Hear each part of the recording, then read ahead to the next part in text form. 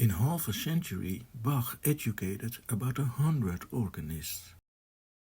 When applying for a job, they had to demonstrate that they were able to prelude freely, accompany with 4 voices a given chorale, and improvise a fugue on a specified theme. How did Bach manage to convey that knowledge of counterpoint? In this video, we take a look at Bach's very first collection of music pieces. We explore how he created unity, his compositional technique, and the crucial role calligraphy plays. Brotherhood is the programmatic setting of these 6 pieces. The third part is a dramatic highlight. Gathered friends mourn the departure of a beloved brother.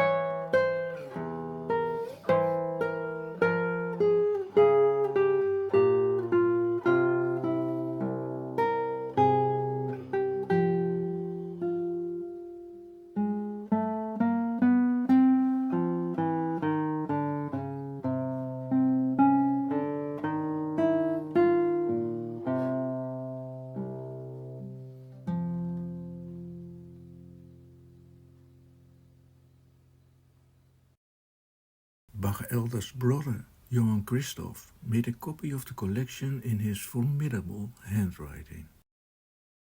Sebastian had provided the pieces with the content in prose. Friends gather and his bestie's back, bro, don't go. His buddies love bomb him, manipulating bro to stay. The world is a dangerous place. His friends sob, cry, weep. Bro respectfully disagrees and the family says goodbye. The postman rings twice, in an aria and in a concluding fugue. While doing the calligraphy, Christoph may have thought of Sebastian's recent trip to Dieterich Buxtehude, and also to their common brother Jacob, who not so long ago joined the Swedish army and as an armed man took part in a battle and was taken prisoner. The alarmingly felt loss of the music was real. Christoph and Sebastian would never see Jacob again. While composing, Sebastian would have remembered the day when, as a 4.5-year-old, he witnessed the celebration of the triple brotherhood in the previous generation. See how nice and lovely it is when brothers live together in unity. This was a happy and festive composition in 6 parts by Sebastian's uncle Georg Christoph, who was also a skilled painter. Most famous for his resonating quote, "There is nothing wrong with having trees as a friend." Christoph painted a cover visualizing the contents in detail. A pennant with the words 3 German brothers. Nempe Concordia, Bach forever in harmony. The bond is flowering, sweet and strong. The design is geometrically planned, doubling halves and triplets. The broad trinity is of divine order. Symbols are executed photorealistically. This is the truth. Demonstrated and decorated with music on text supplier Psalm 133. Vocals are for 2 tenors and 1 bass. Ambrosius, Sebastian's father, had a twin brother that was a spitting image. They are the tenor bros. The birthday of bass bro Christoph, day 6 of the 9th month, also mirrored in its doubling and tripling of trees, connected divine order. A nice detail is that the layout of the painting was sketched in advance in graphite. Pencil was a recent invention. Before we explore how this cover was translated into the architecture of the collection, we first look at Sebastian's visit to Buxtehude. The earliest surviving scores in Bach's handwriting are organ tablatures with compositions by Dieterich Buxtehude and Adam Reincken. Reincken had this painting made. It hung next to his organ. Painter Johann Voorhout made a rather complex ground plan of triangles. Despite the attempt, there is a fundamental flaw. The singer leans against air with his elbow. Reincken is the keyboardist. Adam and Ambrosius Bach were pajamas bros. They enjoyed parading around in expensive silk kimonos. Buxtehude holds his monogram in notes on the neck of his string instrument, D, V. Bro Bux and Bro Reinck are doubled. They have virtual twin bros in the realm of art. The music they play is based on Psalm 133. The Latin text tells us that they are bros in one. It is a perpetual canon, calligraphed as a riddle, the ultimate proof of composing skill. In 1700, Sebastian moved to the north, not least because of the great organs and organists in the region. To hear Reincken play, he had to walk for a couple of hours, which he did repeatedly.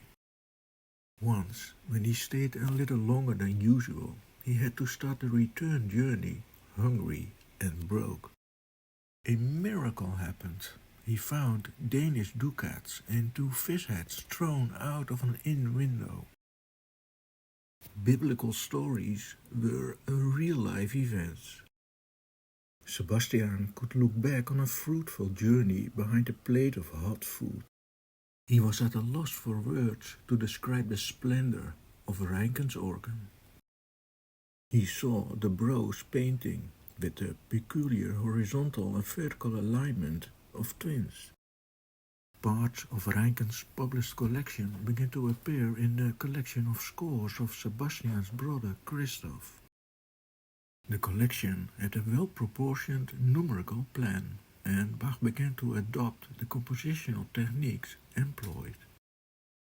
20 years after Bach calligraphed Reincken's virtuoso composition as a very young teenager, he met him and improvised over the piece.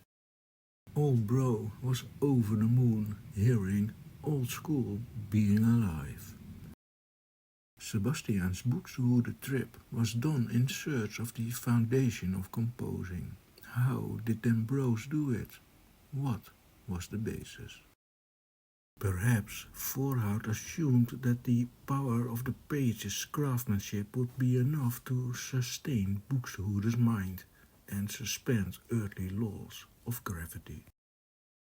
Clouds permitting, the following video will be shot under a full moon, reenacting Bach's work as a teenage copyist on clear nights, separating fantastic storytelling from reconstructed facts.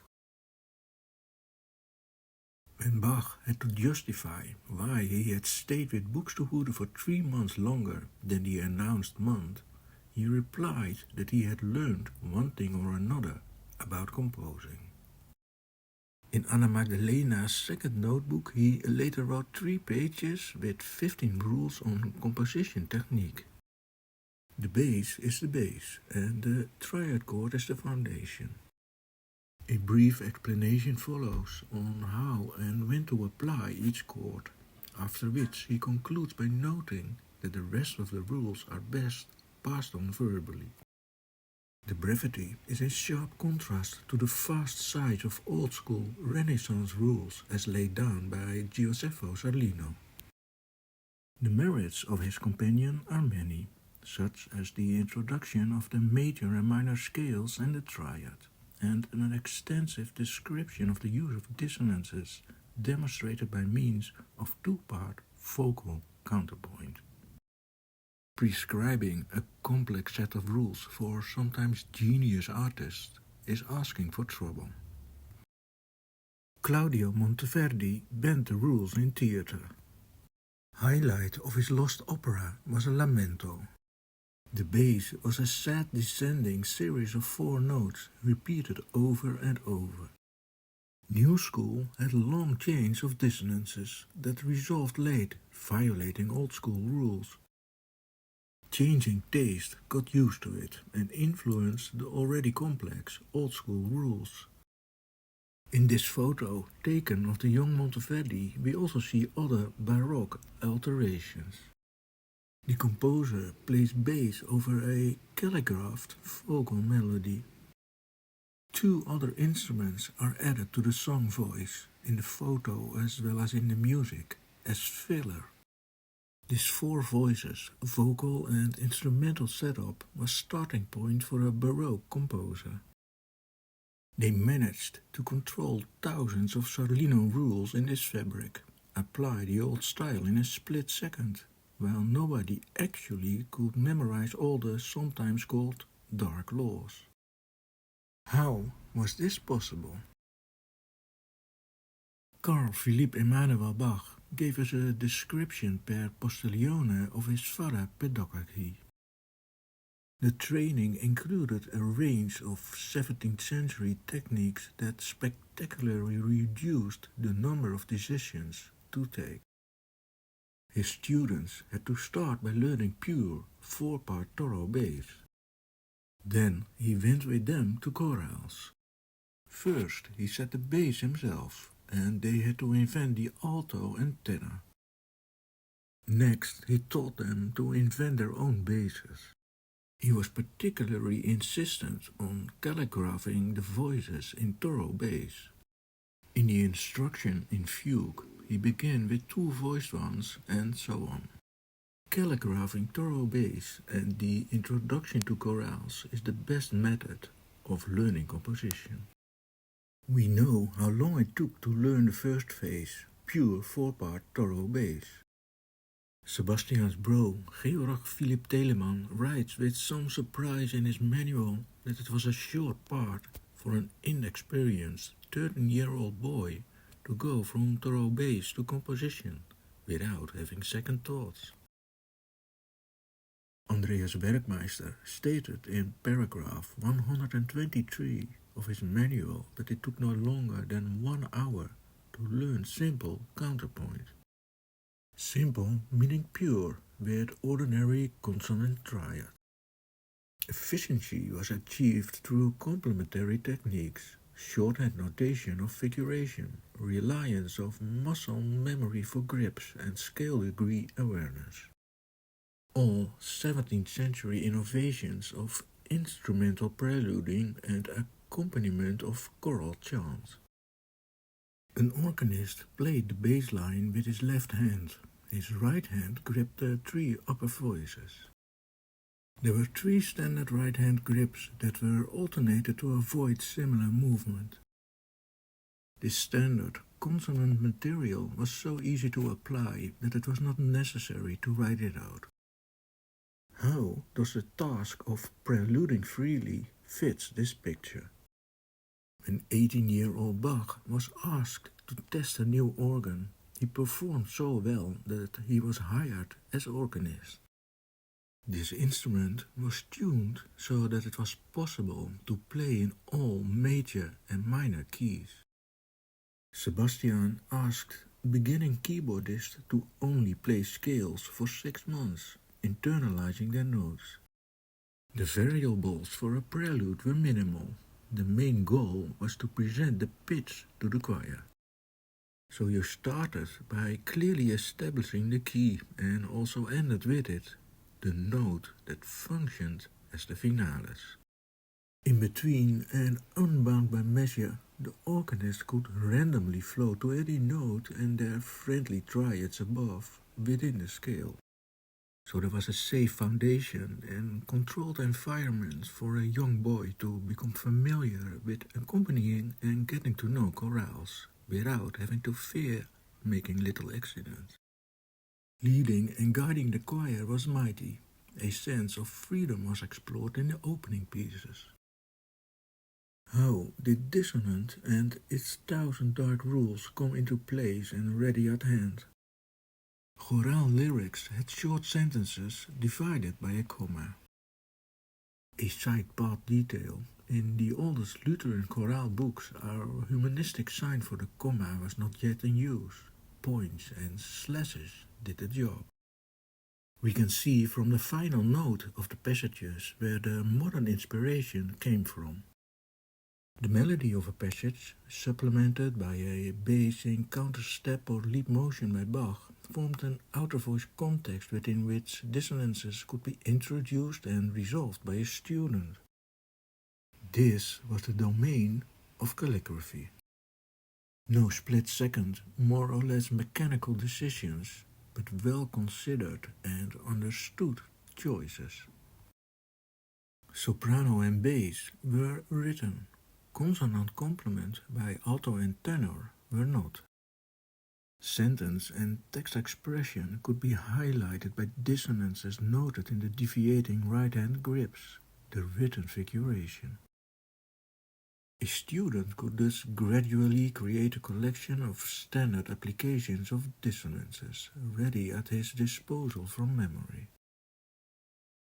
Sebastian's corrections to his advanced students' elaborations show that he desired maximum utilization of dissonance. Going outside a certain key benefited also from new innovations by providing a simplifying overview of possible wandering paths. A rather stunning appliance of it can be experienced in the short second part of Sebastian's Bro drama. Each step in the circle was one extra accidental in the key. The rapid succession of keys is expressive, representing the discussion about the possible dangers that await Bro. Christoph's copy was made after Sebastian's composing sheet. A major revision, an insertion of 5 bars, was calligraphed literally, documenting traces of the composing process. We may find grounds for this revision after Bach's visit to Bro. The young organist, astonished and disturbed his new employer with his prelude wanderings through this circle on his well-tempered organ. The graphic summary was the work of Johann David Reincken. Reincken called it the Kircher circle, crediting Athanasius Kircher for the idea. Heineken's clear and comprehensive composition manual may well accurately reflect Bach's oral additions to his 15 rules in Anna Magdalena's notebook. Sebastian was a seller of the second edition and made summaries of its most common dissonant templates for lessons. Coming from chorales, how could one see trees in the forest of fugues? Sebastian's learning can be followed in the bound scores of his brother Christoph. This material from the early teenage Bach does not look like a chorale at all. How pretty the calligraphy! Christoph loved this opening music. Rhythmically, the theme is distinctly instrumental. Harmonically, it is constructed on the basic triad, emphasized by the placement of the notes on heavy beats. Melodically, it follows the stepwise interval progression in half and quarter note values, as in a chorale. Therewith, the decision tree of choral composing technique for the choice of note combinations became available, in split second, when improvising, thoughtful when calligraphing. The analysis of fugues by his students in figure-based notation testifies to this fundamental concept of composition. Young Bach learned with lightning speed and brilliant insight, and had the most virtuoso and artistic musical repertoire ready at his fingertips. Emanuel once wrote of Buxtehude as his teacher, but crossed that out when he remembered that his father always claimed to have been self-taught. And yet, there he was, at Buxtehude's doorstep. Here I am. I want to know. Tell me all. What made the answers so valuable that Sebastian stayed much longer listening and talking? Adam Reincken had written a composing manual, a Zarlino Light for organists. Solid and interesting, and certainly good for 5 minutes of animated conversation. The work of Buxtehude's and Reincken's mutual bro, Johann, was of a different caliber. Teile and Reincken made the Hamburg opera flourish, but Sebastian's interest in that was zero. Buxtehude wrote a laudatory poem for Teile's St. Matthew Passion, with witty puns on his name, Teile meaning part. Teile's musical art book contained the kind of learned counterpoint Bach would be fascinated by till the end of his life. An exciting, masterful fusion of Bach's later musical offering and the art of the fugue, full of riddles and breathtaking control. The ultimate show-off was a combination of 3 subjects in one piece, although that was perhaps surpassed by the happy, harmonic tree on the opening page. The tree of knowledge has infinite archetypal predecessors, but in Teile's case it was Athanasius Kircher's tree that had served as inspiration. Kircher had classified all possible knowledge into categories, and Teile's musical version implied a range for the notes far beyond their audible impact. Bach was focused on the practical side, how to make art. Some of the copies he made at Buxtehude will have found their way into the collection of his brother Christoph. This Passacaglia is a possible candidate. It is the only source of this piece and is described as Buxtehude's most important music. In the bass, we see a theme that is then repeated over and over again. Constructed on Monteverdi's Lamento, 4 stepwise descending notes. Buxtehude appropriates it by giving it a new individuality, firmly establishing the finales in the first half by a leap to the 5th and 7th in scale degrees, both having a strong gravitational pull to the fundamental note. This pull is further exploited in the second half by leaping to the 5th below. This created a propelling subject, seeking to reach the finales of the new entry. How could the tree of knowledge of bro partijlen be planted in such ground? Buxtehude had a quillpaal, who had something to say about that. Andreas Werkmeister and he maintained a lively correspondence by posterione. Buxtehude had written a laudatory poem for his composition manual. Bux, an accountant himself, cleverly joked about the name Werkmeister, which means accountant, and summed up his opinion by pointing out that numbers should praise God. The manual was a Zarlino ultra-light in harmonic terms. In contrast, he masterfully worked out why and what a composer should do.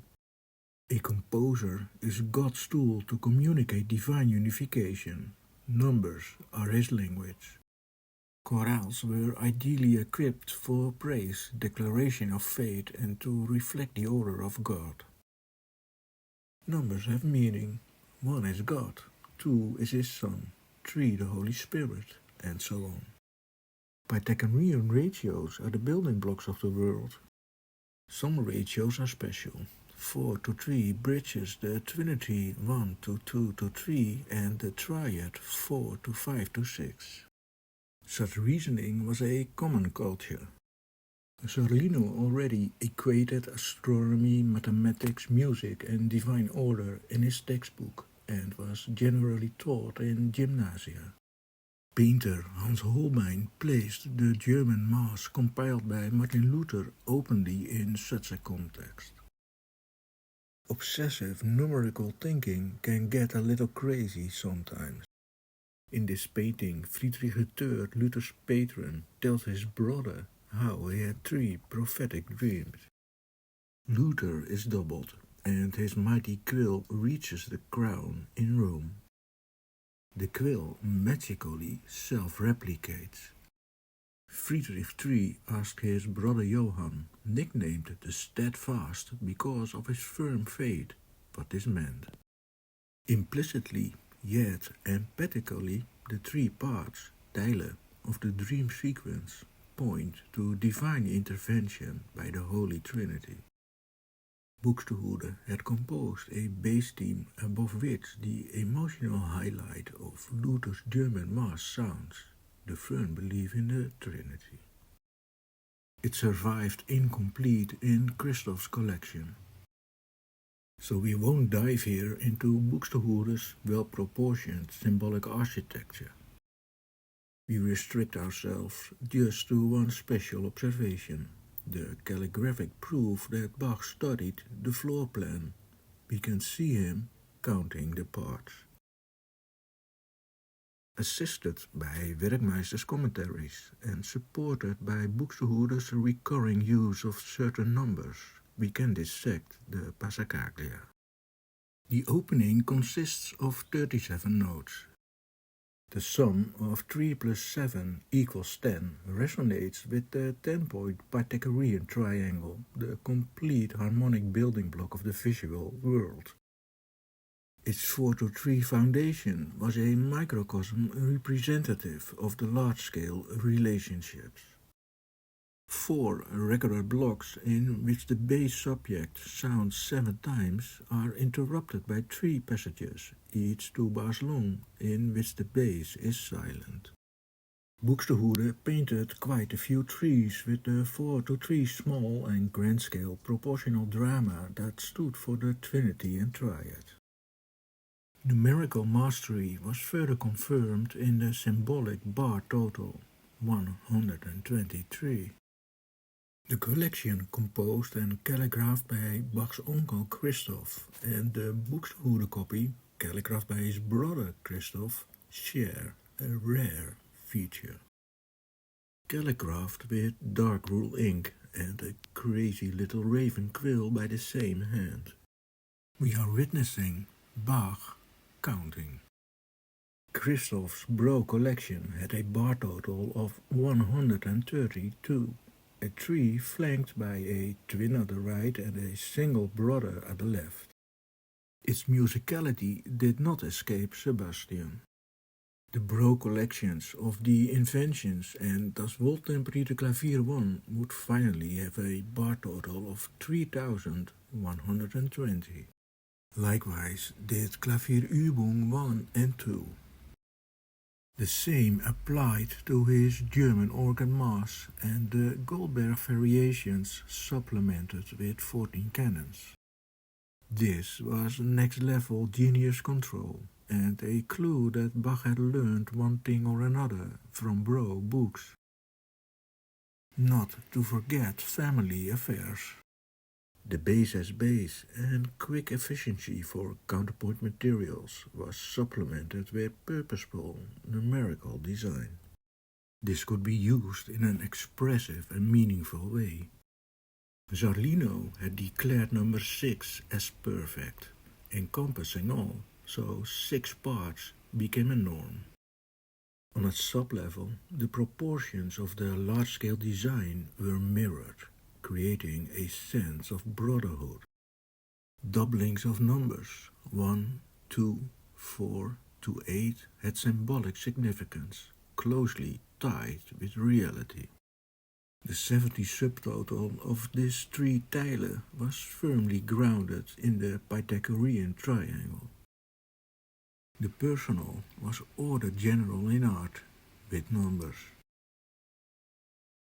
Sebastian Alcmein's general lamento for the departure of his beloved brother was constructed upon Monteverdi's 4 sad descending notes.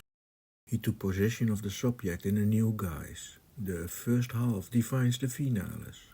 The second part follows the template for chorale phrasing via a triad on the 4th scale degree, ending on the 5th, with pulls to the new entry.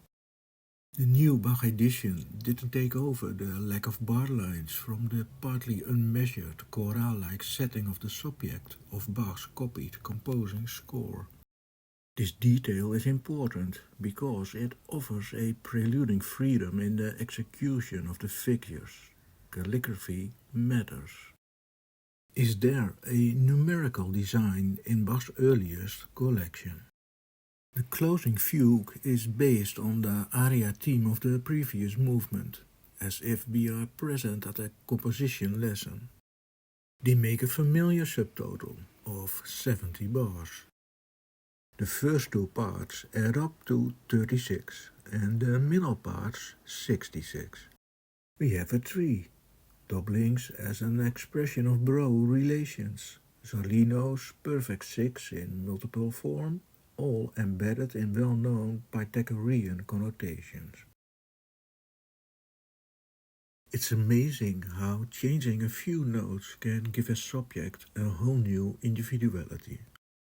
Jan Pieterszoon Zweelinck had been the teacher of Adam Reincken. He intensified the sorrowfulness of Monteverdi's descending fourth by using half-note steps. His chromatic fantasia is his most important composition and a virtuoso display of learned counterpoint. An excellent example of the application of 4:3 proportions as musical rhetoric and architecture, and the use of dissonances. Sebastian's Lamento and Zweelinck's famous Fantasia have Bro connections. Zweelinck added a rising countervoice to the descending theme, in which we can recognize a Bach fugue subject.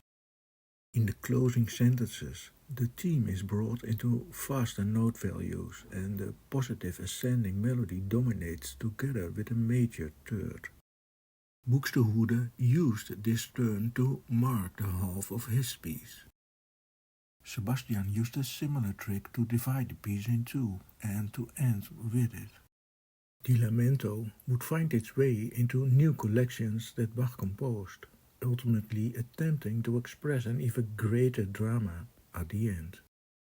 3 times he said the text of Psalm chapter 66, which calls for praising God on the 3rd Sunday after Easter. In the first cantata, Zweelinck's treatments are distributed over several movements. In the opening sinfonia, note values are remarkably evenly apportioned among the instruments. The positive turn is postponed until the 66 bars of the last aria and the 14 bars of the closing chorale. Dramatic highlight of the cantata is the second part, a lamento. The bass descends in semitones, is orchestrated and provided with text, weeping, complaining, worrying, fearing. The first two pages are repeated after the entire score has been performed.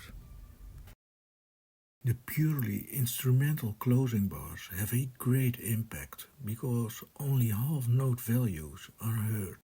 In his very last collection, Bach would begin a movement with this emotional effect. The four German verbs have now been replaced by the Latin crucifixus. The descending semitones evoke the small steps of Christ carrying the cross. Numerical considerations led to dramatic changes. Bach connected the bar total of his Great Mass to his St. John Passion in 3 phases. The 4 new opening bars of the Crucifixus Lamento were necessary for this equation. But because Sebastian moved the original closing bars to the beginning, a new ending was needed. Prolonging a part was a key technique of Bach. In his Bro collection, he realized this by expanding the stunning steps through minor keys of the Kircher circle with an excursion into parallel major keys. The Lamento now ends with a similar move from E minor to an unexpected G major, making the promise of redemption through suffering an experience. Bach composed the 1400 bars of the first part of the Great Mass in the late 30s. In the late 40s he added 3 more volumes. The Crucifixus Lamento was part of the second chapter entitled Symbolum Nicenum. The Nicene Creed was established in the 4th century by 312 church leaders. They established a text containing the fundamental doctrines of Christianity, the doctrine of the incarnation of God in the person of Christ, and the doctrine of the Trinity. There is only one God, but he consists of 3 persons. It seems therefore appropriate to conclude with words by artist and philosopher Bro Ross. I think everybody should have a friend, even a tree. Even a tree needs a friend.